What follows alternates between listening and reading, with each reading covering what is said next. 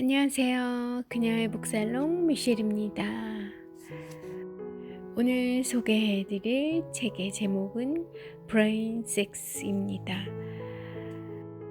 앤 모아와 데이비드 야셀 이 두 분이 함께 공저하신 책이고요. 1989년에 출간된 오래된 책입니다. 어머니의 몸속에서부터 남성과 여성은 이미 다르게 형성된다 라는 대표 문장이 있습니다.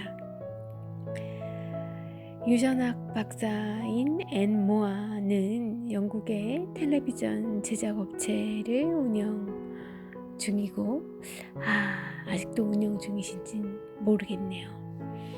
그리고 그녀의 남편인 빌 모아와 함께 남자가 다림질을 안 하는 이유를 2000년도에 출간하시기도 하셨죠.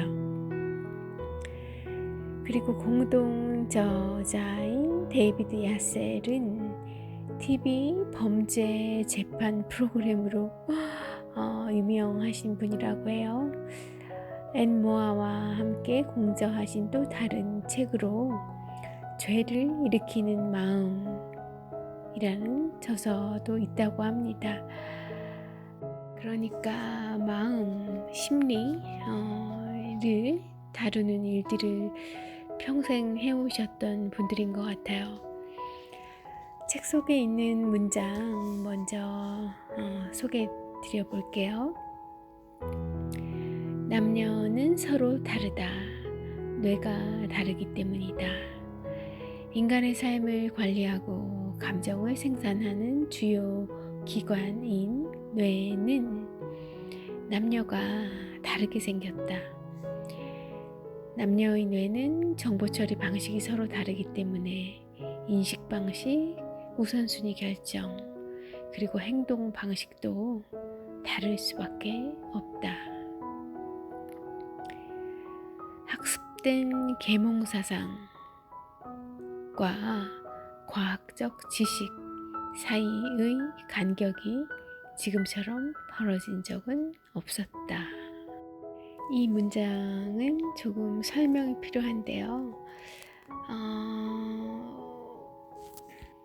우리는 그동안 남녀 평등을 강조하는 방향으로 진화해 왔잖아요. 그러나 사회적으로 남녀 간의 불평등이 성별에 의한 어떤 그 인간에 대한 법적, 제도적, 사회적 차별들이 많이 존재해 왔기 때문에 그것을 타파하고자 하는 그런 의지로 남녀 평등이 많이 주장되고 요구되어 왔고, 그 덕분에 또 현재와 같은 인류 문명의 발전, 사회의 발전이 이룩된 것은 맞겠지만 실은 과학적으로는 여성과 남성의 뇌가 같지 않더라, 다르더라 하는 그 뇌 자체는 그 물리적인 측면에서는 여성과 남성의 분명한 차이점이 있더라. 그것을 인지하는 것이 서로를 잘 이해하고, 그리고 어떤 협업을 요구하는 기업이나 국가의 발전, 성장을 이끌어내는데 보다 바람직한 효과적인 방향으로 활용이 될 수 있다는 사실을 언급하고 있는 그런 내용이에요. 그런 문장. 아주 오랫동안 인간은 남녀를 아주 다른 존재로 여겨왔다.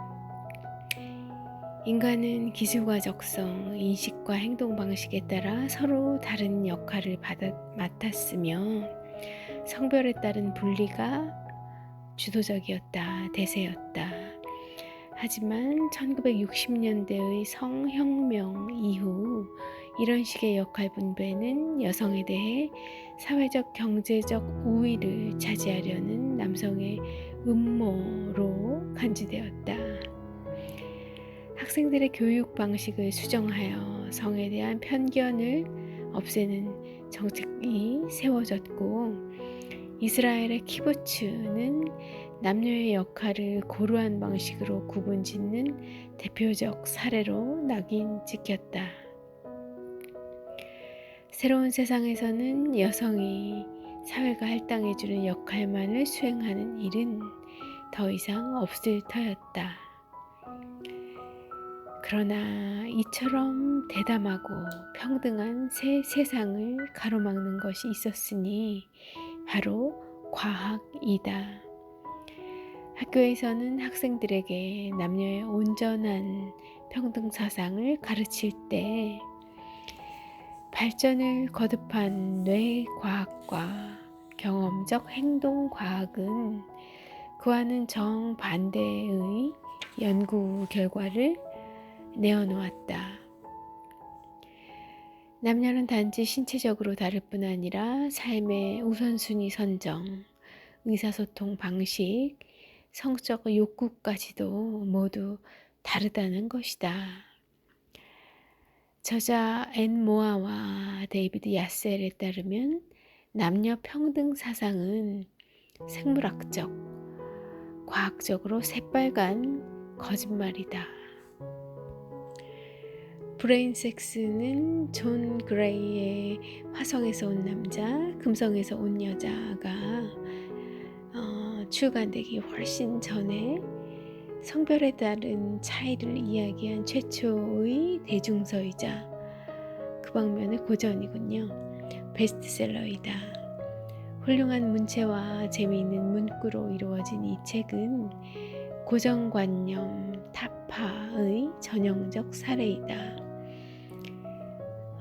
어떤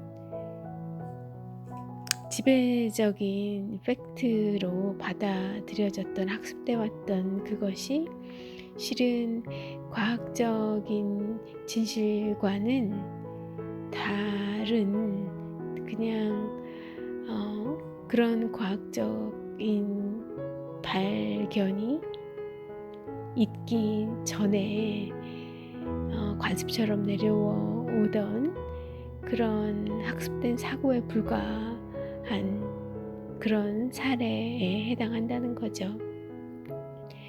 유전학자인 모아는 상당히 많은 과학 문헌을 참고해 이 책을 썼고, 그래서 200쪽이 채 안 되는 분량의 상당한 과학적 정보가 담겨 있고 20여 년이 지난 지금까지도 전혀 한물간 정보 같지 않다. 성별, 신경학, 행동의 연관성에 관한 가장 최신의 정보를 얻고 싶은 독자라면 브리젠딘의 여성의 뇌를 추천한다. 하지만 이 책 브레인 섹스 역시 이와 같은 주제를 폭넓게 이해하는데 전혀 부족함이 없는 그런 책이다. 자, 책 속에 한 꼭지 호르몬의 힘에 대한 내용을 우선 말씀드려 볼게요. 모아와 야셀은 인간이 결코 빈 서판 상태로 태어나 길들여지는 존재가 아니라고 이야기합니다. 6에서 8주 사이의 태아기부터 인간은 호르몬의 도움을 받아 말 그대로 마음이 형성되고요. 성별에 따라 각기 다른 뇌가 만들어집니다. 뇌에서의 성 차이는 염색체에서 시작되지만 여성은 XX 그리고 남성은 XY 염색체죠. 뇌에서의 성 차이는 그 염색체에서 시작되지만 남성 호르몬이 분비되면서부터 태아는 남자답게 또 여아인 경우에는 여자답게 자라게 됩니다. 호르몬 활동의 집중과 시간, 적합성에 따라 태아의 신경망은 남녀의 유형으로 명확히 구분되고요. 그리고 이 유형은 출생 후에 변화를 지극히 거부합니다. 이미 정해진다는 거죠. 모아와 야셀은 대부분의 포유류가 이형적인 서로 다른 형태의 뇌를 갖고 있다고 지적하고요.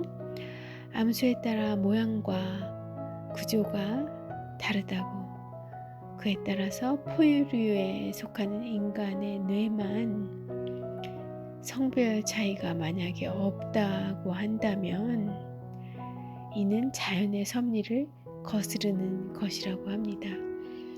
인간은 동물, 그 중에서도 포유류에 해당하잖아요. 모든 포유류가 가지는 공통적인 특성이라는 겁니다. 뇌가 남녀의 종에 따라 다르다는 거예요. 모든 동물이. 꼭지로 넘어가 보면 성별에 따른 명백한 차이를 조금 더 설명하고 있습니다. 태어난 지 얼마 되지 않아서 아직 외부 환경에 영향을 받지 않은 아기들도 성별에 따른 명백한 차이를 보인다고 합니다. 여아는 사람의 얼굴에 관심이 많고요. 그리고 남아는 사물에 관심이 많대요. 또한 여아가 남아에 비해 엄마의 목소리에 민감하게 반응하고 시끄러운 소리에 더 잘 놀라는 것으로 볼 때 여자아이, 여아의 청감이 좀 더 예민하다는 것을 알 수 있다네요. 저는 주로 여자아이들을 많이 봐와서 조카들이 다 여자여가지고 그 차이가 정확하게 있는지 제 경험으로는 알 수 없지만 남아 여아를 다 키워보신 분들은 좀 아실 수 있겠네요. 아이들은 걸음마를 시작할 때부터 성별에 따른 뇌 화학작용의 차이로 세상을 다르게 인식하며 경험합니다. 남자아이는 모험적이고 활동적인 놀이로 공간 능력을 키워가는 반면 여자아이는 사람과의 관계를 맺는 일에 주력하죠. 여자아이는 남아에 비해 평균 1년 정도 일찍 말을 시작하고요. 남녀의 차이는 취학 전까지 계속됩니다. 남자아이는 넓은 공간에서 격렬한 놀이를 즐기고 여자아이는 주로 앉아서 하는 놀이와 차분한 활동을 즐깁니다. 제 경우를 보면 분명히 맞는 얘기인 것 같아요. 이때 여자아이는 새로 만난 친구에게 친절하며 호기심을 나타내지만 남자아이는 그저 무관심할 뿐이다. 네, 대체적으로 그런 것 같기도 합니다. 자, 청소년기로 넘어가 볼까요? 청소년기의 호르몬 분비가 어떻게 다른지 좀 살펴보죠. 호르몬에 의해 태아 단계에서 이미 회로가 완성된 남녀의 뇌는 사춘기 시기에 이르러 신체적, 생리적 변화를 이끄는 엄청난 호르몬 방출로 크나큰 영향을 받습니다.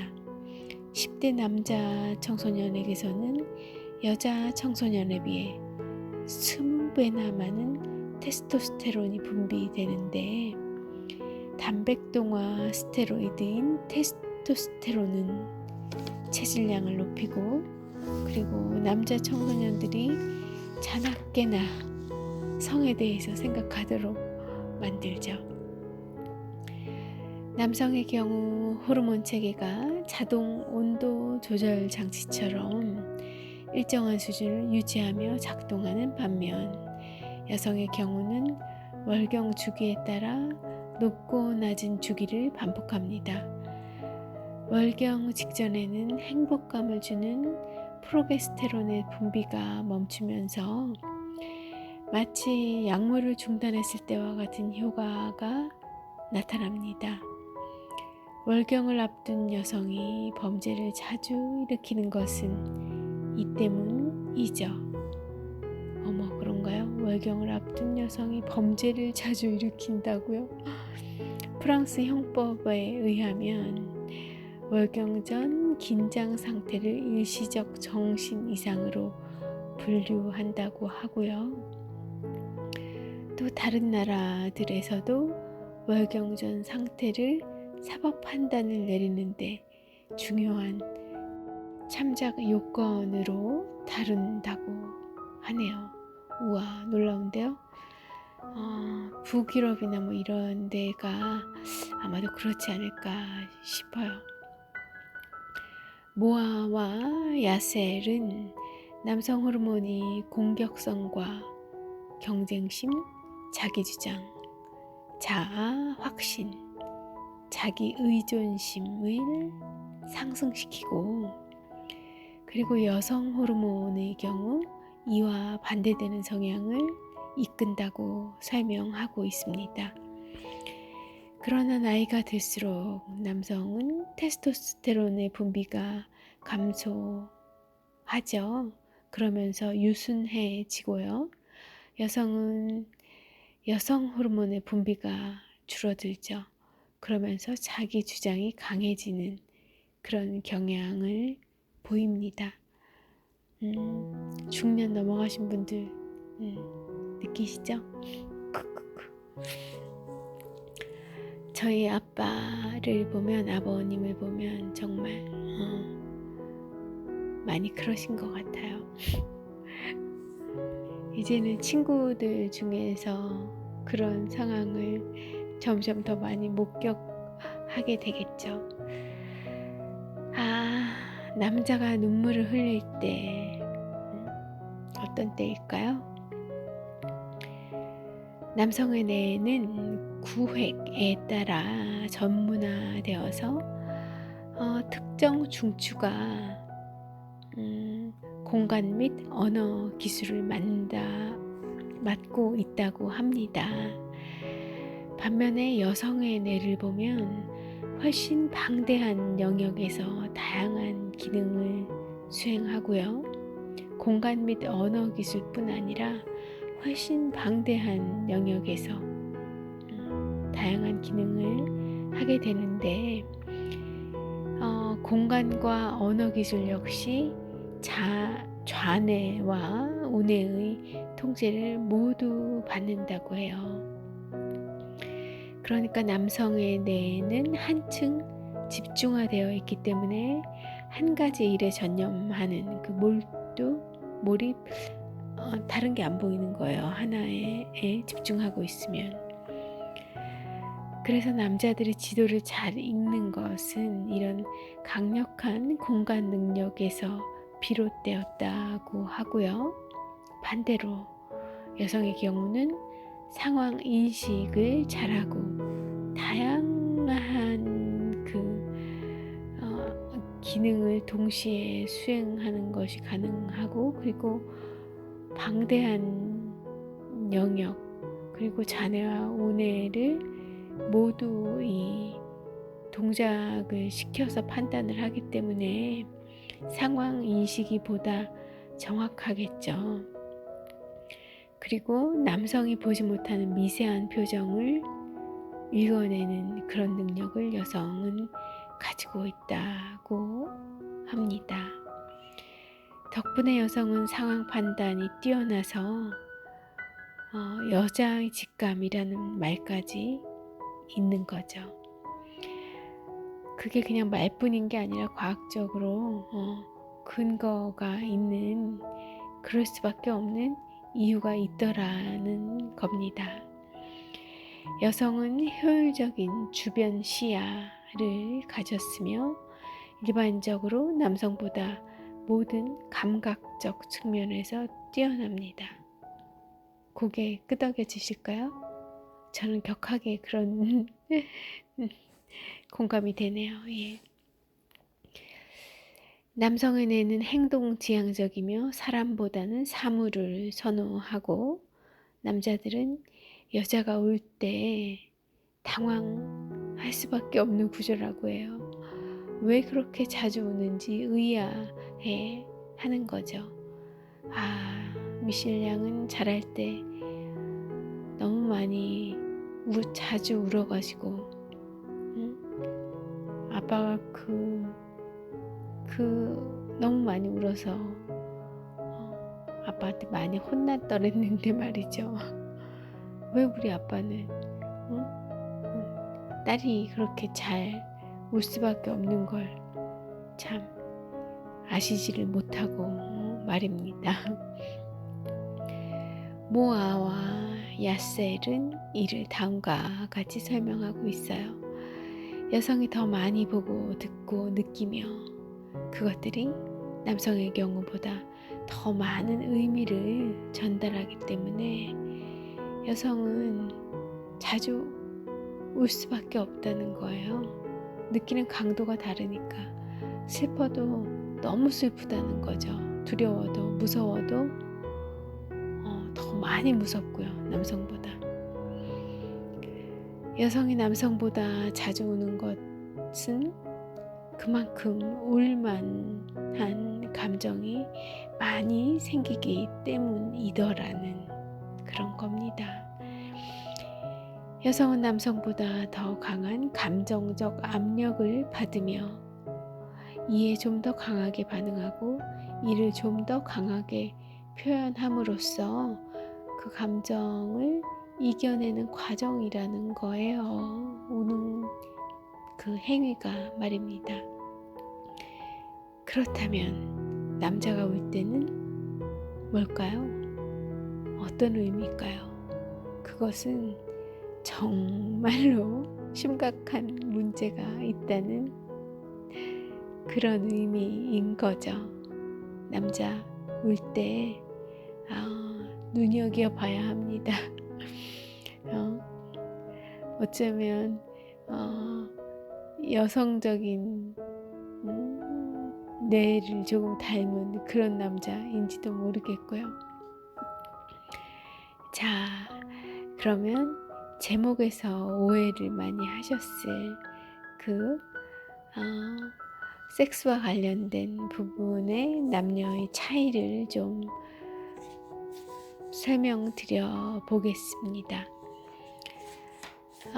성 문제와 관련해서 남녀의 뇌와 호르몬은 경험 자체를 완전히 다르게 만든다고 해요.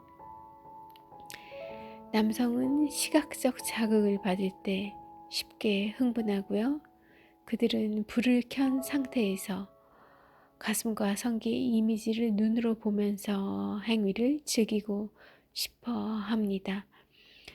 반면에 여성은 포근하고 친밀한 느낌을 받았을 때 성적으로 흥분하고요. 촉감과 청감이 예민하기 때문에 어두운 곳에서 사랑을 나누고 싶어 한다는 거죠. 공감되시죠? 상대를 배려한다면 어떻게 해줘야 되는지도 눈치채셨을까요? 남성은 성행위를 하나의 독립된 행위로 여기지만 여성은 전체 과정의 마지막 결과로 성행위를 인지한다는 겁니다. 따라서 바람을 피운 남성이 그건 아무것도 아니었어 라고 말하는 것이 진심일 수도 있다는 거예요. 아이고, 이런 남성에게 넘어가서 바람을 피움을 당한 그런 여성들은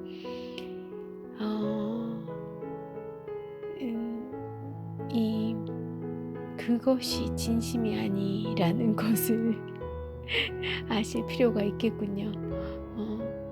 그 바람 피운 남성의 원래의 이성도 그 말을 믿어줄 믿는 그것이 팩트일 수 있다는 것을 인지하시는 것도 필요하겠지만, 바람을 피우는 상대도 아실 필요가 있겠습니다. 상대가 바람을 피운 그런 경험을 가지고 계신 그 여성분들의 경우 그 사건을 반드시 재앙으로 받아들일 필요는 없을 수도 있겠다는 것이 이들의 주장이에요. 하지만 또 여성에게는 섹스란 친밀함, 사랑과 결코 분리시킬 수 없는 문제이기 때문에 내 남성 파트너는 그저 하나의 어떤 사랑 없이 하는 독립된 행위로서 그런 성행위를 했을 수 있지만, 그 외도한 상대의 경우에는 또 엄청난 의미를 부여하고 있을 수도 있는 그런 얘기이기도 하지 않나요? 맞죠? 그래서 파트너의 외도에 대해 여성분들이 그저 걱정을 하지 않는 편안한 상태로 있을 수는 없는 거겠군요. 여성은 여성이 잘 아는 거니까 내 남편은 그냥 실수한 거이더라도 또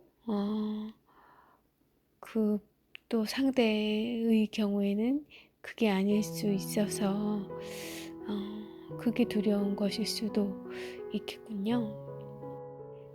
책의 저자인 모아와 야셀은 이런 남녀 차이를 언급한 어느 심리학자의 말을 인용하고 있는데요. 여성은 사랑하는 남성과의 많은 성관계를 원하지만 남성은 무조건 많은 성관계를 원한다 라는 문장입니다. 하하하. 뇌가 달라서, 뇌 구조가 달라서 다르다고 합니다. 자, 그러면 결혼에 대해서는 그 다른 여성과 남성의 뇌 구조가 어떤 결과를 불러일으키는지 한번 결혼이라는 환상에 대한 두 저자분들의 발견은 어떠한지 살펴볼까요? 남성과 여성은 남녀가 서로 본질적으로는 똑같다는 환상 속에서 결혼 생활을 시작한다고 하죠. 그리고 그들은 양립할 수 있는 것처럼 생각하죠. 그러나 현실은 엄연히 다르다는 겁니다.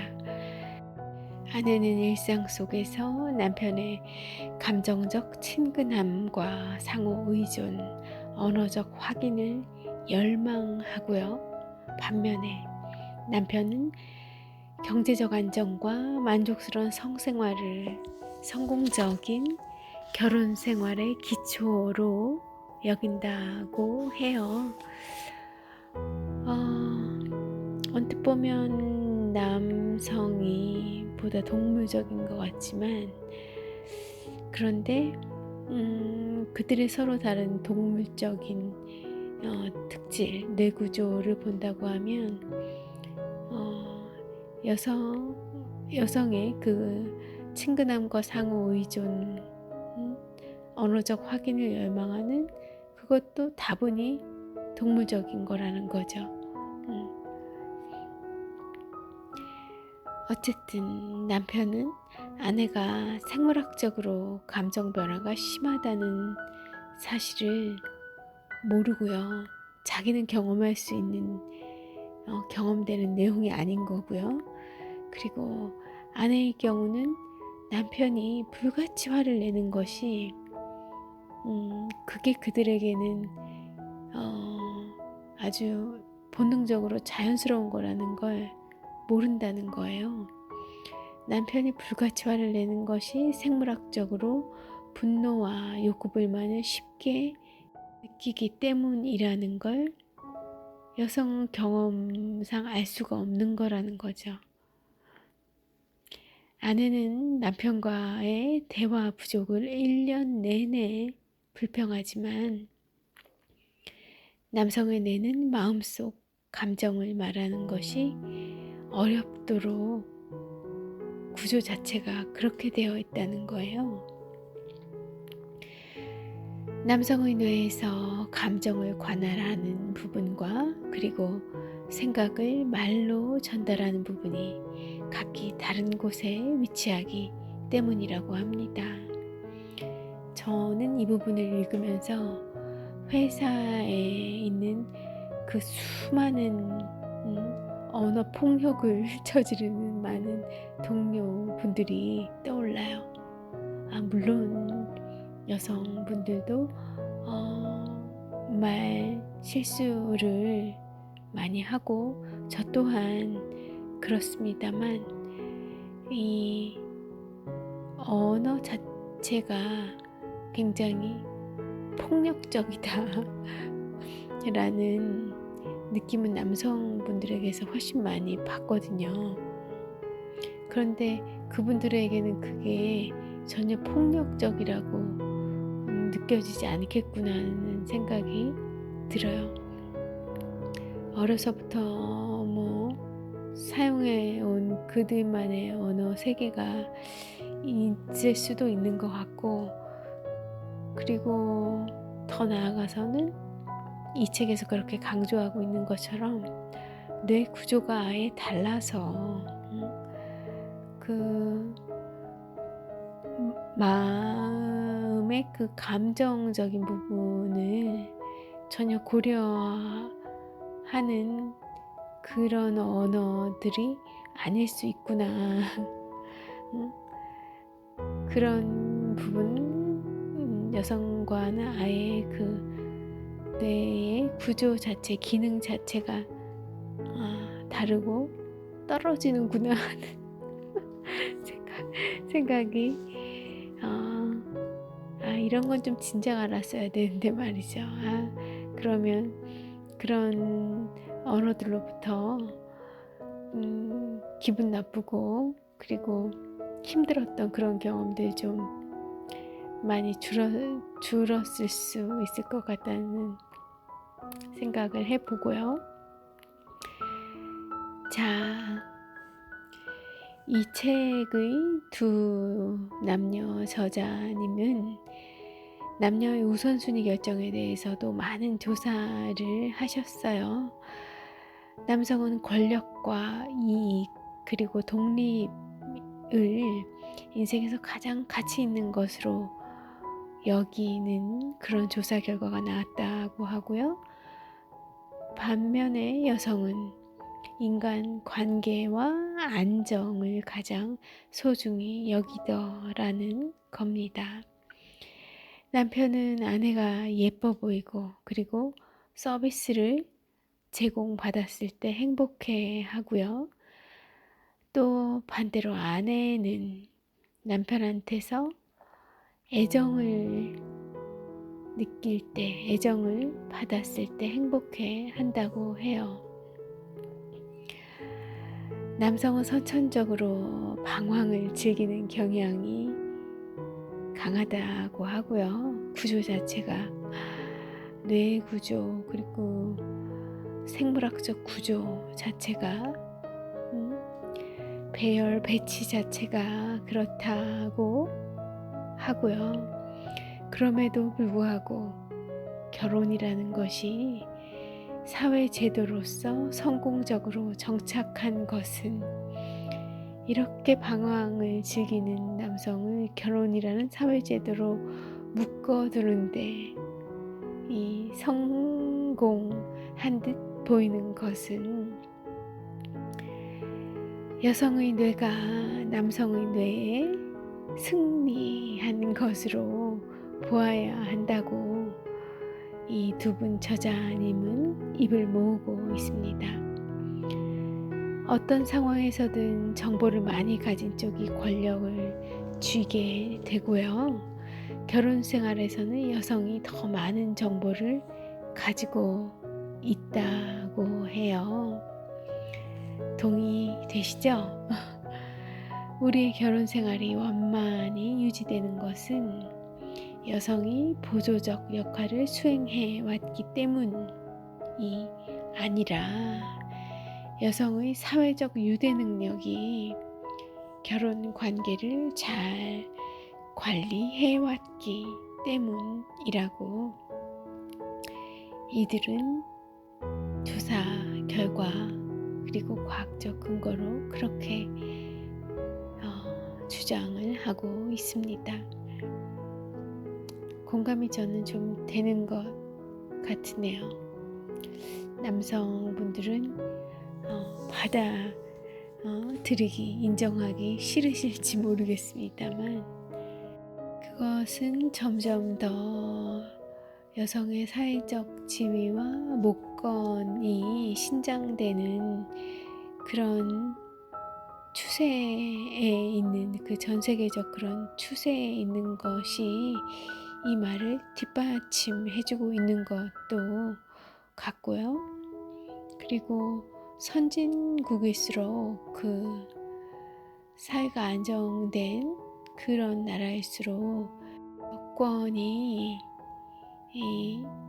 신장되어 있는 그런 결과를 보이는 것도 또 이를 반증하는 입증하는 그런 결과 증거로 또 하나의 증거로 볼 수 있지 않은가 합니다. 자, 남성적인 직장 환경 그것은 어떤 뇌의 본질적 구조로 기인한 건지 살펴보죠. 인간 관계를 최우선으로 하는 여성은 자기중심적이고 그리고 성공에 대한 강박관념이 심하며 다소 무례할 뿐만 아니라 그리고 개인적인 가치를 뒤로 미루는 그런 성향이 강한 남성적인 직장 환경에 잘 적응하지 못합니다. 상대적으로 말이죠. 저희 세대는 좀 그런 측면이 덜하다고 합니다만 저는 아직도 제가 지금 다니고 있는 직장의 경우는 거의 남녀 숫자의 비율이 90대 10% 정도 될까요? 그래요. 그러다 보니까 이 문단에 눈이 번쩍 뜨이네요. 여성의 뇌는 지위, 성과, 성공 등 외면적인 것에는 관심이 없으며 어떤 역할을 맡고 있든 그 안에서 자기 만족을 추구하도록 프로그램되어 있다고 이 저자 모아와 야셀은 이야기합니다. 하지만 남성은 그런 것을 추구하는 것이 아니라 성공 가능성이 높은 직종을 추구한다고 해요. 그리고 성공, 상승, 직급 상승, 직위 상승, 승진 이런 거에 목을 매는 경향이 강할 수밖에 없겠네요. 그러니 남성들은 여성 위주의 직종에는 진출하지 않아요. 미리 아는 거죠. 저긴 내가 유리하지 않구나. 나에게 중요한 건 상승이기 때문에 내가 더 잘할 수 있는 그런 분야의 직종을 추구한다는 거죠. 그렇다면 제가 속해 있는 그 회사의 분위기는 참 딱 답이 나와 있는 거였네요. 그죠? 저는 굉장히 힘들 수밖에 없는 그런 환경을 뭣도 모르고 찾아서 들어간 겁니다. 그죠? 순간 슬퍼오네요. 무덤을 팠어요, 제가. 그죠? 그렇지만 다행인 건 제 본능, 여성의 본능, 뇌 구조에 의하면 저는 그 안에서 지위, 성과, 성공 등 외면적에는 관심이 없을 것이고 어떤 역할이든 그 안에서 자기 만족을 추구하도록 제 뇌가 프로그램 되어 있을 거기 때문에 기본적으로는 말이죠. 많은 다양성이 존재하고 또 성장 과정에서 많은 그런 학습된 바들이 있겠습니다만 기본적으로는 여성의 뇌는 그렇게 프로그램 되어 있다니 그 덕분에 제가 그래도 적응하고 버텨내고 있는 거구나 하는 생각을 하면서 넘어가 볼게요.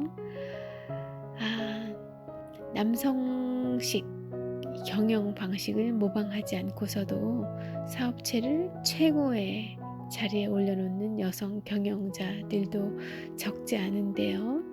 심리학자들은 이런 남성과 여성이 각기 다른 인지 전략을 선호하거나 각자의 뇌 회로 방식에 따라 세상을 서로 다르게 다룬다고 이야기합니다.